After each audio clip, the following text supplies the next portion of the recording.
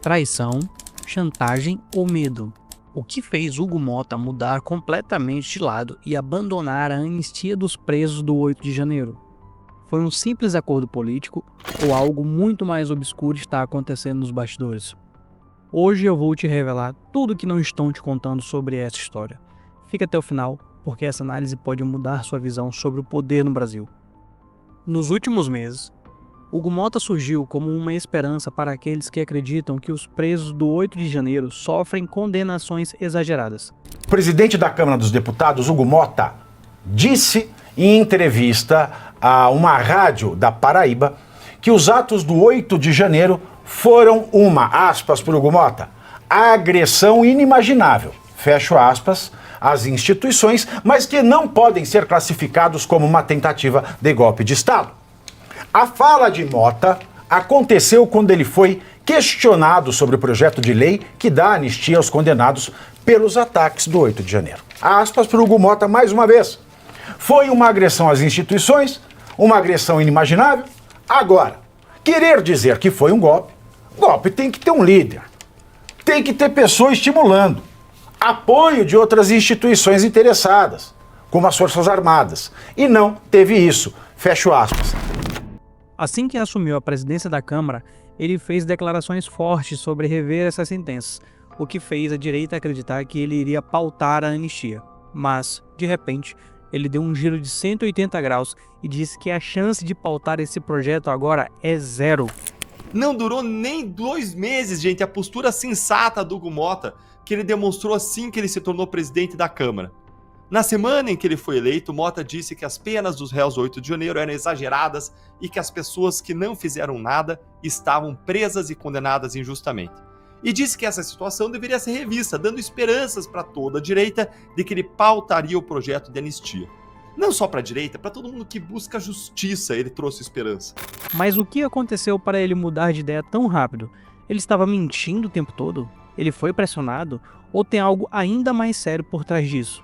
Enquanto você pensa nisso, vamos entender o que está rolando nos bastidores da política brasileira.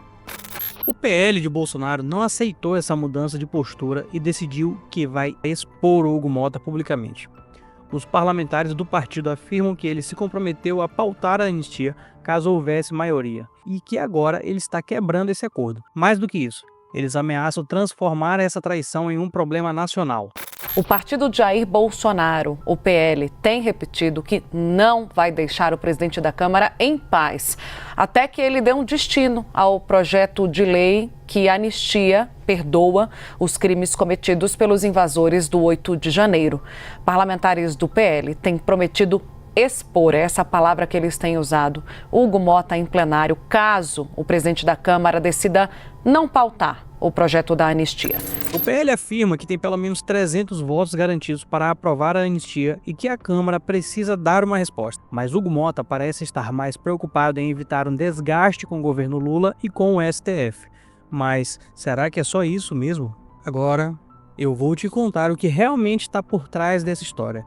E acredite, é muito mais grave do que simplesmente um jogo de alianças políticas. Recentemente, o nome de Hugo Motta apareceu em uma delação premiada. Segundo o empresário, ele teria cobrado 10% de propina sobre uma emenda parlamentar. Ou seja, ele está sendo acusado de desviar dinheiro público. Hugo Motta ele foi recentemente mencionado em uma delação premiada de um empresário, que afirmou que o Motta pediu 10% de comissão, ou seja, de propina, do valor de uma emenda parlamentar enviada pelo próprio Motta. Ou seja, ele foi delatado por supostamente desviar dinheiro público. Aí dá pra gente entender que o medo do Motta de ter um desgaste com o Supremo não é necessariamente institucional, mas sim um medo de o Supremo usar uma investigação criminal contra o Motta em retaliação caso ele paute esse projeto. E qual o interesse do prefeito de executar ele mesmo a obra? Eu acho que já com o entendimento, Excelência, do acerto feito com o deputado federal Hugo Motta, já que a emenda era do deputado. Certo. Né? O senhor saberia dizer que acerto seria esse? Se o prefeito repassaria algum valor para o deputado? Segundo Nael me confidenciou que seria 10% que o deputado federal tinha cobrado para poder mandar essa emenda para ser executada essa obra. E o que isso tem a ver com a anistia? Simples, quem tem o poder de julgar Hugo Mota é o STF. Inclusive, em decisão ultra recente, o Supremo Tribunal Federal entendeu também que casos envolvendo ex-políticos também devam tramitar no STF. Agora que o STF mudou a regra sobre o foro privilegiado, mantendo a sua competência para julgar autoridades mesmo depois do fim do mandato. O que significa dizer, gente, que se o Mota não se reeleger ano que vem, ou se ele decidir sair da política, o Supremo ainda assim vai ser ele que vai poder julgar e condenar o Mota. Ainda assim o Supremo vai manter esse instrumento de pressão contra o presidente da Câmara. Ou seja, se o Hugo correr, o bicho pega. Se o Hugo ficar, o bicho come. O Supremo tem, literalmente, uma espada sobre a cabeça de Hugo Mota. Se ele pautar a anistia, o STF pode simplesmente abrir uma investigação contra ele e acabar com sua carreira política. Ele sabe disso e por isso ele recuou. A grande questão aqui é: Hugo Mota mudou de lado porque quis ou porque foi forçado a mudar?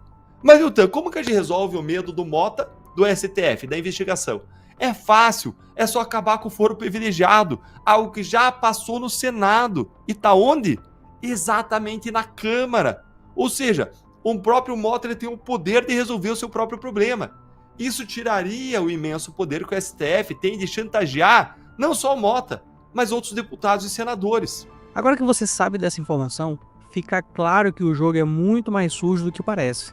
A pressão política, as ameaças veladas e o poder do STF sobre o Congresso estão moldando o futuro da anistia.